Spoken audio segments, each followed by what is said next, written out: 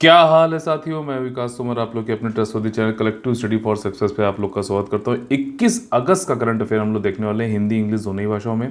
इस वीडियो की पीडीएफ का जो है लिंक और जो हमारा 10 बजे जो एमसीक्यू आते हैं, ठीक है, डेली एमसीक्यू भी हम लोग कराते हैं, उसकी भी पीडीएफ और ये वाली पीडीएफ आपको टेलीग्राम चैनल मिल जाएगी, लिंक डिस्क्रिप्शन में दे रखा है, ठीक है। और हमारा जो पेड ग्रुप चल रहे हैं यूपीएससी यूपी पीसीएस के लिए, अगर आप लोग को ज्वाइन करना है तो 9650347272 पे आप हमसे कांटेक्ट कर सकते हैं। और आप लोग को देखना है किस प्रकार से हम पेड ग्रुप चलाते हैं, 1-to-1 पर्सनल इंटरेक्शन किस लेवल तक हम लोग करते हैं, मतलब बिल्कुल जो कहीं नहीं मिल रहा है, ठीक है। तो वो सारी जानकारी यहाँ पे आई बटन आ रहा होगा, उस पर आप वीडियो देख सकते हो, ठीक, और समझ सकते हो, बिल्कुल फुल ट्रांसपेरेंसी के साथ में दिखाया गया है। हमारे जो आज के 10 मोस्ट इंपॉर्टेंट टॉपिक्स हैं जो कि प्रीलिम्स और मेंस एग्जामिनेशन में आ सकते हैं, UPSC UPPSC BPSC other state PC examination में, वो हैं ये सारे जिनको अब हम लोग देखेंगे विस्तार से। देखिए, पहला जो टॉपिक है वो है प्रवासी भारतीय दिवस। एक्चुअली गांधी जी 9 जनवरी 1915 को साउथ अफ्रीका से वापस लौट कर आए थे इंडिया, ठीक।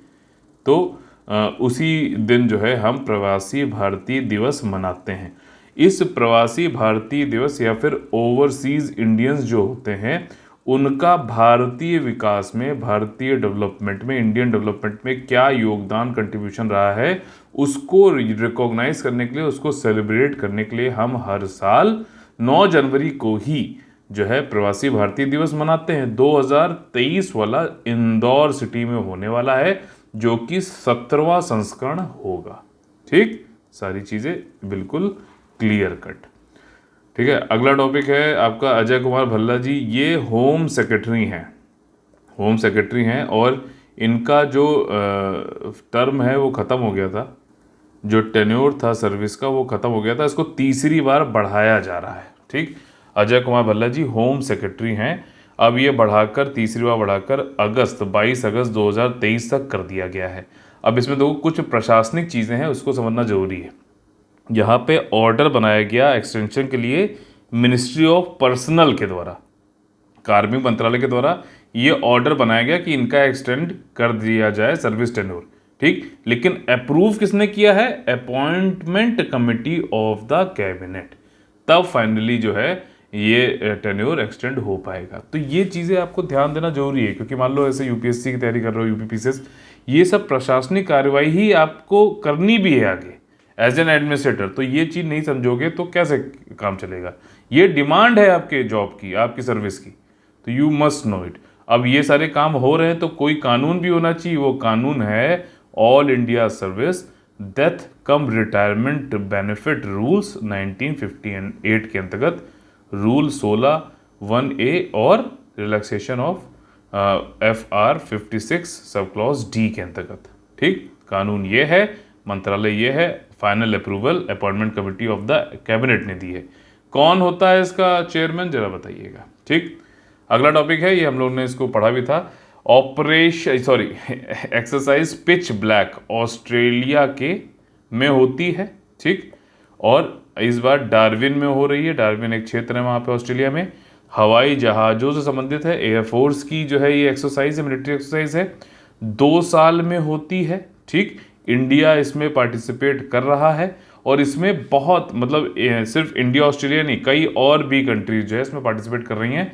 जैसे कि मैंने पहले एक पढ़ाया था आपको, मैं थोड़ा भूल रहा हूँ, आप लोग जरा कमेंट करके बताएंगे कितनी थी ये, 21 कंट्रीज थी या 22 कंट्रीज थी, ठीक। इसमें 100 से ज़्यादा जो है लड़ाकू विमान जो है पार्टिसिपेट करेंगे। 8 सितंबर तक चलेगी, 100 से ज़्यादा जो है एयरक्राफ्ट इसमें लगेंगे और 2500 से ज़्यादा मिलिट्री पर्सनल्स, ठीक। अगला टॉपिक है हमारा इंटरनेशनल रिलेशन से संबंधित। देखिए, इंडिया और साउथ ईस्ट एशिया के हिस्टोरिकल लिंक्स क्या है। जैसे कि अभी हमारे जो एक्सटर्नल अफेयर मिनिस्टर हैं, जो पहले ब्यूरोक्रेट भी थे एक्सटर्नल मिनिस्ट्री में, S जयशंकर जी, ये गए हुए हैं बैंकॉक, और बैंकॉक थाईलैंड में, और इन्होंने वहाँ पर देवस्थान एक जगह है उसको विजिट किया, ठीक। ये भारत और थाईलैंड की 9th जॉइंट कमीशन मीटिंग थी। अब यहाँ पर हमें ये समझना है कि हमारे क्या लिंकेजेस हैं। तो आप देखोगे तो ये जो एरिया है ना पूरा, यहाँ पर हिंदुज़म बहुत ज़्यादा है। यहाँ पर देखो, इंडोनेशिया में भी वैसे तो इंडिया के बाद सबसे ज़्यादा मुस्लिम कहाँ रहते हैं? इंडोनेशिया में। लेकिन यहाँ पे भी बाली वाली जो है एक जगह है, एक टापू है, एक आइलैंड है, वहाँ पे सारे हिंदूज ही रहते हैं। ठीक है, तो यहाँ पे थाईलैंड में भी, कंबोडिया में तो बहुत बड़ा एक मंदिर भी है। ठीक, तो शैलेंद्र डायनेस्टी आप लोगों ने नाम शायद सुना होगा, जरूर जो है हिस्ट्री में पढ़ा होगा, नहीं पढ़ा है तो पढ़िए। तो यहाँ पर देवस्थान जो है ये एक्चुअली में रॉयल, हर चीज़ में रॉयल लगाते हैं ये लोग थाईलैंड वाले। ठीक, रॉयल ब्राह्मण office of thigh royal court. ठीक है, और ये ऑफिशियल सेंटर है हिंदुज़म का थाईलैंड में। और इंडिया और साउथ ईस्ट एशिया रीजन जो है काफ़ी लंबे समय से, काफ़ी लंबा इतिहास है कल्चरल और कमर्शियल रिलेशन का, मतलब कि कुछ चीज़ों की ट्रेडिंग वेडिंग हम लोग करते रहते थे इंडिया वाले साउथ ईस्ट एशियन कंट्रीज जो हैं, और कल्चरल भी था, मतलब जो है सांस्कृतिक भी रूप से भी हम जुड़े हुए थे। कई सारी जो क्लासिकल संस्कृत और पाली टेक्स्ट हैं उसमें इंडिया में जो पाए जाते हैं उसमें रेफरेंस दिया गया है साउथ ईस्ट एशियन कंट्रीज़ का, जैसे कि कठाकोश, ठीक, स्वर्ण भूमि, स्वर्ण द्वीप, ठीक, गोल्डन आइलैंड। तो ये सब जो है ये दिखलाता है कि भारतीय मर्चेंट वहाँ पे आते जाते रहते थे, सामान लाते ले आते रहते थे। ठीक, यूरोपियन और इंडियन स्कॉलर्स ने साउथ ईस्ट एशिया को फार्दर इंडिया, दूर भारत, वृहद भारत यानी कि ग्रेटर इंडिया, हिंदुइज्ड और इंडियनाइज स्टेट्स भी बोला है।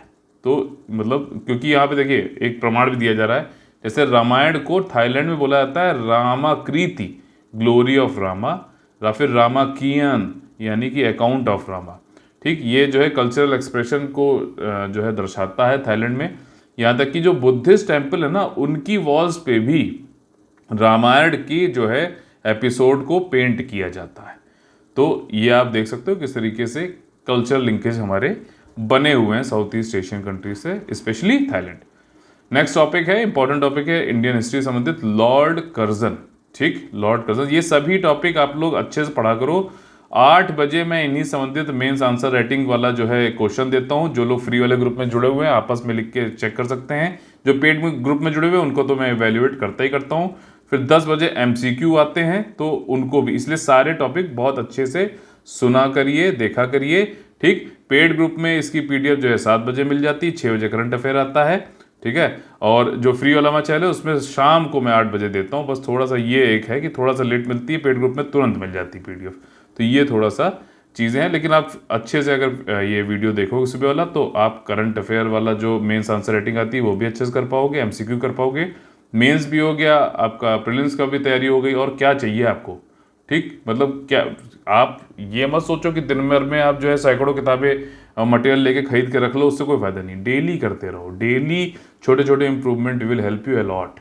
ठीक, लॉर्ड कर्जन जो है 119 साल पुराना लॉर्ड कर्जन के नाम पर एक गेट है वेस्ट बंगाल में, बर्धमान जगह पे। ठीक, तो यहाँ पे TMC क्या करना चाह रही है कि TMC जो है यहाँ पे TMC जो तृणमूल कांग्रेस है, बर्धमान म्यूनिसिपलिटी, यहाँ पर इसके सामने एक स्टैचू बनाना चाहती है बर्धमान के महाराजा रहे हैं विजय चंद महताब और उनकी वाइफ का, राधा रानी का। ठीक, तो इस पे काफ़ी बवाल चल रहा है। खैर जो भी है उस पर नहीं पढ़ेंगे हम लोग। ये थे कौन? ये वॉइस रॉय ऑफ इंडिया थे लॉर्ड कर्जन। बहुत इनकी आलोचना हुई है। एक आलोचना तो आप लोगों ने जैसे स्वदेशी मूवमेंट सुना होगा, उसका कारण क्या था? बंगाल का विभाजन। 1905 में यही थे voice of India Lord Curzon, जिन्होंने बंगाल का विभाजन करने की बात कही थी। और उन्होंने जो है एक तरीके से डिवाइड एंड रूल वाली पॉलिसी करना चाहा था। मुस्लिम्स जो है, मुस्लिम और हिंदूज़ को जो है तोड़कर, जो बंगाल एक बहुत बड़ा नेशनलिस्ट राष्ट्रवाद का एक सेंटर बना हुआ था, उसको जो है विभाजित करना चाहते थे। ठीक, तो इसकी वजह से लेकिन हुआ उल्टा। ठीक, कि बंगाली नेशनलिज्म और ज़्यादा तेज़ी से बढ़ा फिर बाद में। खैर, और उन्होंने क्या क्या किया, देखो ये जो साम्राज्यवाद होता था ब्रिटिश का, ठीक, कि दुनिया में कॉलोनियाँ बनाओ और ब्रिटिश को जो है समृद्ध करते चले जाओ, तो ये इम्पेरियलिस्ट नीति थी, उसके बहुत बड़े प्रवक्ता थे ये। और उस मतलब इम्पेरियलिस्ट ब्रिटिशर्स के तो थे ही प्रवक्ता, साथ ही साथ ये कहते थे कि पूरे ब्रिटिश के राज में, पूरा राज जो ब्रिटिश का था, साम्राज्य था, उसमें से इंडिया जो है उसके लिए बहुत महत्वपूर्ण है। इन्होंने एक बार ये भी कहा था कि हम चाहे तो जितनी भी डोमिनियन है सबको लूज कर सकते हैं, लेकिन इंडिया को लूज नहीं कर सकते, क्योंकि अगर इंडिया को लूज किया हमने तो जो हमारा सूरज है ब्रिटिश साम्राज्य का वो डूब जाएगा। क्योंकि कहते थे कि ब्रिटिशर्स की जो कॉलोनियाँ हैं वो पूरी धरती पे अलग अलग जगह पर इतनी ज़्यादा है कि कभी सूरज जो है ब्रिटिश साम्राज्य में डूबता ही नहीं है, ठीक। लेकिन इंडिया डूबेगा, अगर इंडिया लॉस कर जाएंगे तो सब मतलब सब जगह सब खत्म हो जाएगा, ब्रिटिश पूरा साम्राज्य खत्म हो जाएगा। तो ये बात भी कर्जन बोला करते थे। तो ये ब्रिटिश साम्राज्यवाद के बहुत बड़े प्रवक्ता थे ये, ठीक। ये अंडर सेक्रेटरी ऑफ स्टेट भी रहे थे। Secretary of state British parliament का एक व्यक्ति होता था, ठीक। तो वहाँ बैठता था। इंडिया के अंडर सेक्रेटरी ऑफ स्टेट भी रहते 1891-92 तक, फॉरेन अफेयर्स में भी रहते 1895-98 तक, और वायसरॉय ऑफ इंडिया आपके अपॉइंट किए गए थे 1899 से, ठीक है। और इन्होंने और भी बहुत सारे काम किए थे। एक तो मुस्लिम मेजॉरिटी प्रोविंस एक बनाया, नॉर्थ वेस्ट फ्रंटियर प्रोविंस, जो आज पाकिस्तान और अफगानिस्तान के बीच में है, ठीक, जिसको जो है नॉर्थ वेस्ट फ्रंटियर प्रोविंस बोला जाता था। और इसके बाद जो है आपका ब्रिटिश एक्सपीडिशन एक तिब्बत में भी भेजा इन्होंने। एक सेपरेट पुलिस सर्विसेज बनाई, जो आईपीएस आज देखते हो ना आप, जो आपका एसपी बनते हैं, वो शुरुआत एक कर्जन ने एक तरीके से करी थी। सेपरेट पुलिस फॉर सर्विस चालू कराई। आर्कियोलॉजिकल सर्वे ऑफ इंडिया को इस्टेब्लिश किया, ताकि जो हिस्टोरिकल मॉन्यूमेंट्स हैं, पुरातत्व, भारतीय पुरातत्व सर्वेक्षण की स्थापना की, ताकि जो ऐतिहासिक स्मारक है उनका अध्ययन और सुरक्षा की जा सके। तो कई सारे काम भी किए, लेकिन इनका मोटिव खाली जो है ब्रिटिश साम्राज्य का समृद्ध और ज़्यादा समृद्ध बनाना था, चाहे कुछ भी किसी का कितनी भी दुर्गति हो, उससे कोई मतलब नहीं है, ठीक। अगला टॉपिक है एनवायरमेंट संबंधित, ओशियन डाइवर्सिटी पैक्ट। अब देखो, ओशियन में ये जो समुद्र के पानी के अंदर जो एक लाइफ है, मछलियाँ हैं, ये आपका फौना है, ये फ्लोरा है, ठीक है, ये पेड़ वेड़ देख रहे हो आप, इन सब के संरक्षण संवर्धन के लिए, यानी कि प्रमोशन एंड प्रोटेक्शन कंजर्वेशन के लिए, ठीक, यूनाइटेड नेशन के अंतर्गत एक कंजर्वेशन एक डाइवर्सिटी पैक्ट होना है, ठीक। ओशियन डाइवर्सिटी पैक्ट उसको बोल रहे हैं। तो इंडिया की तरफ से भी डेलीगेशन गया है, और भी मेंबर कंट्रीज तरफ से डेलीगेशन आया है यूनाइटेड नेशंस का, ठीक है, न्यूयॉर्क में। और ये एक अकेला इस तरीके का समझौता होने वाला है जिसमें कि संरक्षण किया जाएगा मरीन समुद्री बायोडाइवर्सिटी, यानी कि जैव विविधता का हाई सीज में। मैंने आपको बताया है, किसी कंट्री की जो तटीय क्षेत्र है वहाँ से टेरिटोरियल वाटर्स है, बेस लाइन बोलेंगे, वहाँ से 200 नॉटिकल माइल्स के बाद वाला जो एरिया होता है उसको क्या बोलते हैं, हाई सीज बोलते हैं, ठीक। 200 नॉटिकल माइल को हम क्या बोलते हैं, एक्सक्लूसिव इकोनॉमिक जोन बोलते हैं, ठीक। तो इसके बाद जो वाटर होते हैं उसको हाई सीज बोलते हैं, समुद्री पानी। तो वहाँ पर ओशियन भी उनको बोलते हैं। तो वहाँ पर जो है कंट्रीज किस तरीके से जो है मरीन लाइफ की बायोडाइवर्सिटी की संरक्षण करेंगे, उस पर ये बात हो रही है, ठीक। और ये समझौता जो है काफ़ी टाइम से यूनाइटेड नेशन जनरल असेंबली में मई से चालू किया गया था। 2018 से भी कई सारे जो है प्रस्ताव रखे जा रहे थे। तो अब यह है मतलब प्रस्ताव जो है ये कहना चाह रहा है कि एक इंटरनेशनल लीगली बाइंडिंग, मतलब एक लॉ बनाया जाएगा जिसमें बाइंडिंग होगा कि हाँ भैया ये करना है, under the 1982 United Nation convention on the law of seas. ये उनक्लॉज बोलते हैं इसको। उनक्लॉज आपने सुना होगा, ये जो चीज़ें मैंने आपको बताई ना कि बेस लाइन से 12 नॉटिकल माइल तक तो टेरिटोरियल वाटर्स होते हैं जो भी उस कंट्री का। फिर उसके बाद मान लीजिए कभी कभार क्या होता है कि बेस लाइन से 24 या फिर 12 + 12 जो है 24 नॉटिकल माइल तक कंटिगुअस जोन होता है। फिर जो है 200 तक तो जो आपको मैंने बताया एक्सक्लूसिव इकोनॉमिक जोन होता है। ये सारी चीज़ें किस जो है कन्वेंशन में मेंशन्ड है, उन क्लॉज में ही। और इसी का जो है कई बार आपने सुना भी होगा तर्क कि साउथ चाइना सी में जो है चाइना बोलता ना कि ये भी मेरा, ये भी आइलैंड मेरा, ये भी मेरा, वो भी, तो वो सब जो है इसी के अंतर्गत फिर यूएसए, इंडिया सब लोग कहते हैं कि भैया तुम क्या बोल रहे हो, ये जो कन्वेंशन के तुम भी मेंबर हो, तुमने खुद भी इसको साइन कर रखा है, तो अब क्यों जो है आगे जाकर बोल रहे हो कि मुझे ये मेरा भी, ये मेरा वो, ठीक है। और अनक्लोज के अंतर्गत ये भी होता है कि जो शिप वेप जानी है, आनी है, तो उसको इसके अंतर्गत जो है आप रोक नहीं सकते किसी को। तो ये सारी चीज़ें आप जैसे बायोडाइवर्सिटी का होगा तो हाई सीज में या फिर जो भी कंट्रीज़ हैं उनको कैसे संरक्षण करना है वो भी समझौता इसी के अंतर्गत आ जाएगा। पूरी बात समझ में, पूरी पिक्चर समझना जरूरी है। तो हाई सी जो है 45% जो है भारत पूरी धरती का सरफेस को कवर करता है। ये एग्रीमेंट अच्छा है, राइट ऑफ द कंपनीज है, ताकि वो ये भी कर सकते हैं कि एक्सप्लोर करें बायोलॉजिकल रिसोर्सेज को हाई सी में, ठीक, जो उच्च समुद्र में हाई सीज में जैविक संसाधनों की खोज करती है। तो ये भी उन कंपनियों के लिए भी अच्छा है। और भारत में अगर आप देखो तो यूनियन कैबिनेट ने ब्लू इकोनॉमी को अप्रूव किया था। ब्लू इकोनॉमी करके गुंटेर पॉली एक करके बंदा है, मतलब अभी, ठीक, इकोनॉमिस्ट है बहुत बड़े, उन्होंने ब्लू इकोनॉमी की बात करी थी। मे भी ये क्वेश्चन अलग से पूछ ले, इसलिए मैंने बता दिया आपको। तो ब्लू इकोनॉमी को यूनियन कैबिनेट ने भी, इंडिया की यूनियन कैबिनेट ने भी अप्रूव किया है, जिसके अंतर्गत 4,000 करोड़ रुपए प्रोग्राम है 5 सालों के लिए। इसमें समरसिबल वेसल बनाए जाएंगे। भाई ये जो आप देख रहे हो ना, ये जो फिशेज हैं, ये जो पेड़ पौधे यहाँ पर लग रहे हैं आपको छोटे छोटे, ये बहुत ओशियन के पानी के बहुत नीचे हैं। तो समरसिबल वेसल बनाना पड़ेगा जो डूब के अंदर ही चल रहेगा, ठीक। तो वहाँ पे बहुत ज़्यादा प्रेशर रहता है, फट भी सकता है, तो इसके लिए काफ़ी टेक्निक चाहिए, ठीक। तो वो चीज़ें हैं। Bio prospecting of deep sea flora and fauna including microbes. Bio prospecting कि मतलब जो भी वहाँ पे जैव विविधता है उसके क्या प्रोस्पेक्ट्स हैं, किस तरीके से हम उसका उपयोग करके जो है बिना जैव विविधता को जो है खतरा किए हुए कैसे उपयोग कर सकते हैं फॉर द डेवलपमेंट, ठीक। तो ये चीज़ रखिएगा। अगला टॉपिक है, ये यूपी स्पेशल में भी आ सकता है। यूपी स्पेशल के आज 2 जो है टॉपिक है करंट अफेयर में। एक है AK-47 असॉल्ट राइफल्स। अब देखो इसको याद करने के लिए मैंने एक ट्रिक बनाई है। AK-203 असॉल्ट राइफल भारत में बननी है, लेकिन कहाँ बन रही है, ठीक, अमेठी में, अमेठी के भी कोरवा में।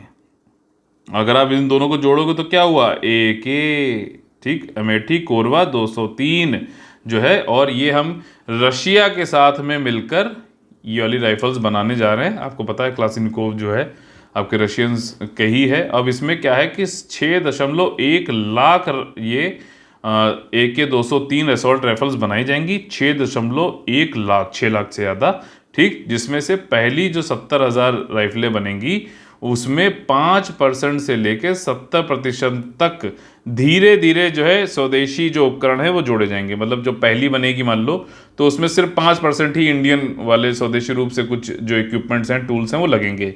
फिर धीरे धीरे बढ़ाते बढ़ाते 70,000 जब पहुंचेगा तो 70% तक हम इंडिजिनाइज यानी कि भारत से जो है भारत में निर्मित जो टूल्स हैं वो सब लगाने लग जाएंगे। और उसके बाद 70,000 के बाद 100% रूप से पूरी तरीके स्वदेशी जो है रशियंस के, ऑफकोर्स रशियंस के कॉपरेशन के साथ में और ज्वाइंट वेंचर बना रहे हैं, तो 100% 70,000 के बाद पूरी तरीके से भारत के उपकरणों से निर्मित AK-203 असॉल्ट राइफल्स बनेंगी। ये अच्छा है, भारत में जॉब्स बनेगी, भारत में जो है रोजगार बढ़ेगा, लोग, कंपनियां चालू होंगी, इनकम होगी लोगों की और डेवलपमेंट होगा। तो रशिया के साथ में हमारे इस तरीके के ऐसा नहीं होता कि सिर्फ रशिया का ही फायदा हो रहा हो, ठीक, इंडिया का भी फायदा। इस तरीके के हमने अनगिनत डिफेंस के क्षेत्र में समझौते कर रखे हैं रशिया के साथ में, जैसे कि ब्रह्मोस आप देख लो, ठीक, मिग और जैगुआर, सुखोई, ये सब कुछ रशिया से ले रखा है हमने। यहाँ तक कि जो एयरक्राफ्ट कैरियर था इससे पहले, विक्रांत से पहले अभी, जिसका नाम था विक्रमादित्य, वो भी हमने रशिया से ही लिया था। तो रशिया तो हमारा डिफेंस के रूप में बहुत अच्छा पार्टनर रहा है, ठीक। बाकी इसमें देखिए सारी बातें हैं कि कोरवा में है, जॉइंट वेंचर है Indo Russia rifle private limited का, ठीक। AWEL MIL ROE इन लोग मिलकर करेंगे। ये जो मैंने चीज़ बताई आपको ये इंपॉर्टेंट है, ठीक। ये हिल विल जाता है, पता नहीं क्या चक्कर है। मेजर ईश्वर लाल सिंह, आप लोग को पता होगा कि INA बनी थी Indian national army, Subhash Chandra Bose ji ने बाद में इसकी जो है अध्यक्षता करी थी। इसमें रानी लक्ष्मीबाई रेजिमेंट भी थी, इसमें विमेंस थी खाली।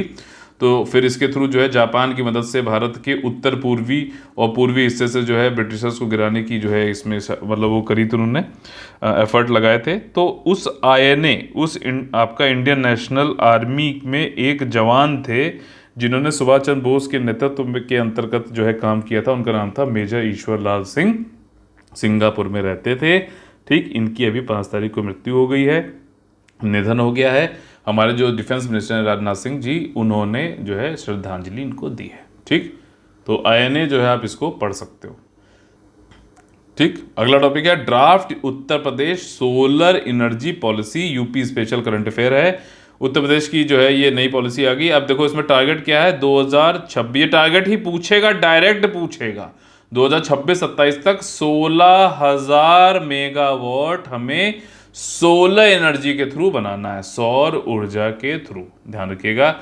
और ये पॉलिसी रिलीज करी है उत्तर प्रदेश नेडा ने, यानी कि new and renewable energy development agency ने रिलीज करी है।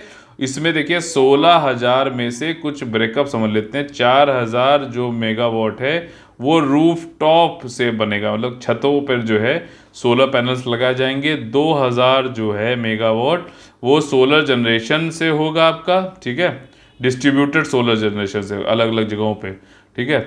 और 10,000 सबसे ज़्यादा जो है वो आपका utility grid scale solar project या फिर सोलर पार्क से बनाया जाएगा, ठीक। तो ये चीज़ें ध्यान रखिएगा।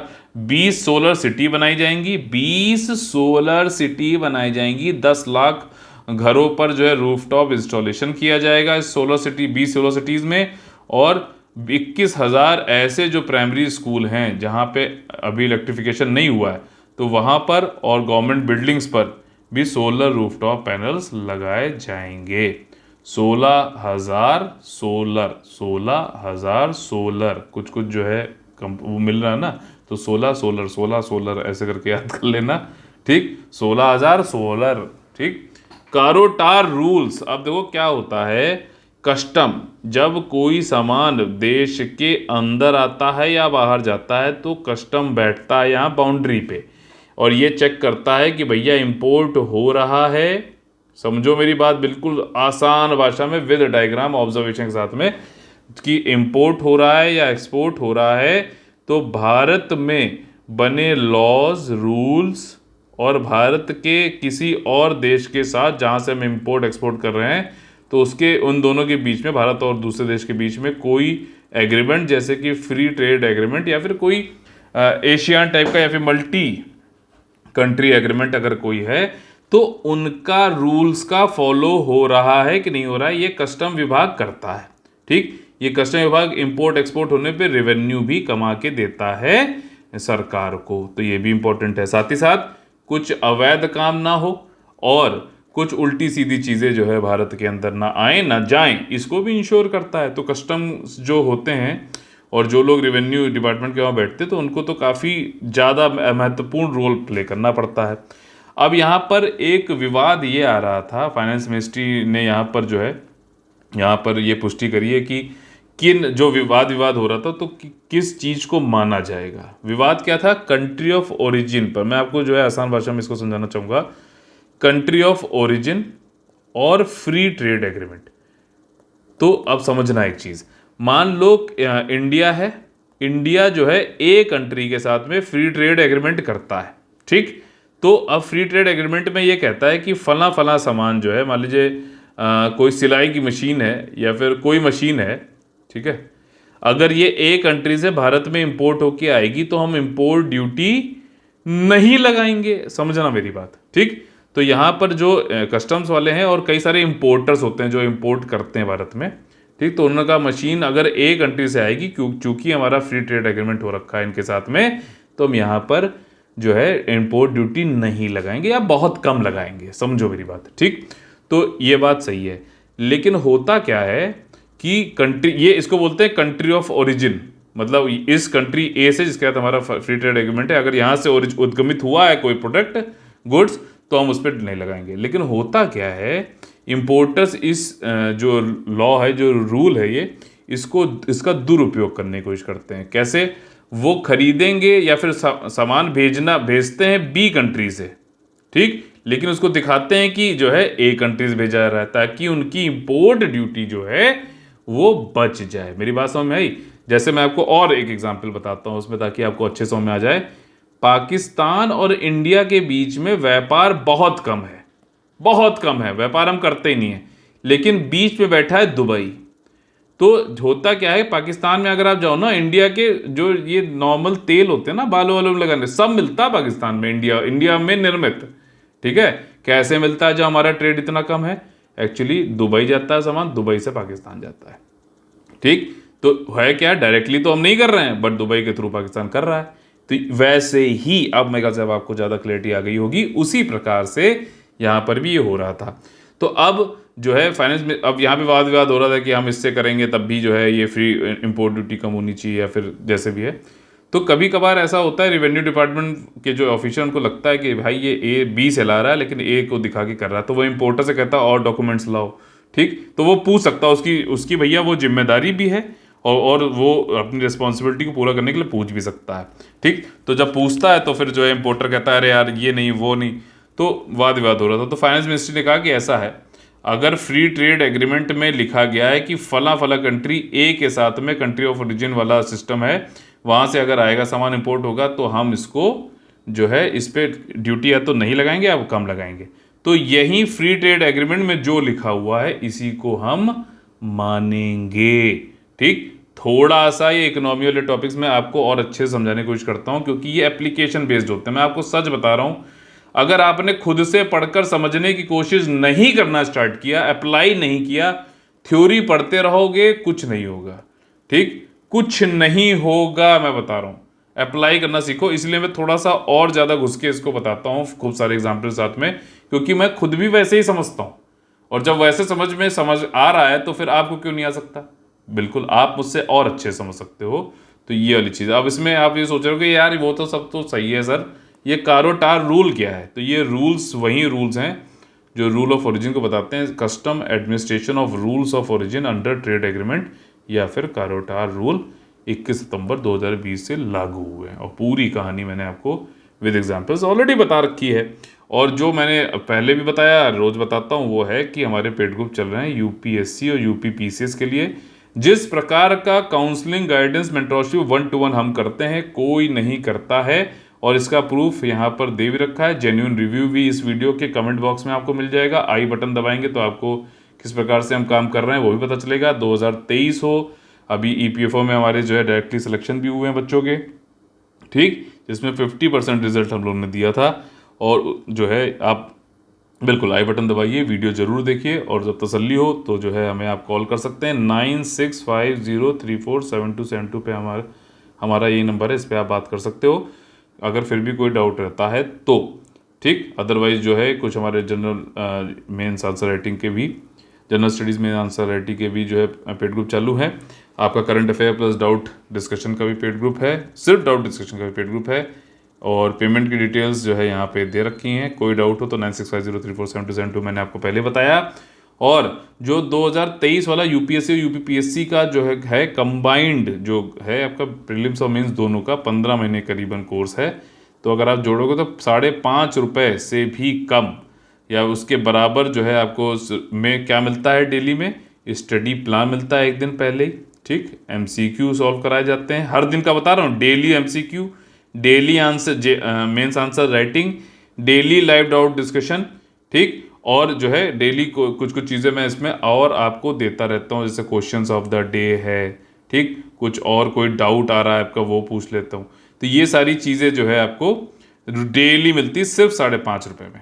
ठीक, सिर्फ ₹5.5 में है डेली। और इसके अलावा टेस्ट सीरीज और वो सब तो अलग से है ही है, काउंसलिंग गाइडेंस मेंटरशिप है ही है। हर बच्चा यूनिक है, उसकी कैपेसिटी कैपेबिलिटी अलग अलग है, उसके अनुसार जो है कुछ चेंजेस करके उनको वहाँ पे भी मदद की जाती है पर्सनल लेवल पे। तो ये सारी चीज़ों का आप जो है ज्वाइन कर सकते हो। इसका 2023 का आप इनिशियली ₹5,000 इंस्टॉलमेंट करके भी पेड ग्रुप ज्वाइन कर सकते हो। ठीक, और आज का जो हमारा मोटिवेशनल कोट है वो है, आप जैसे विचार करेंगे वैसे हो जाएंगे।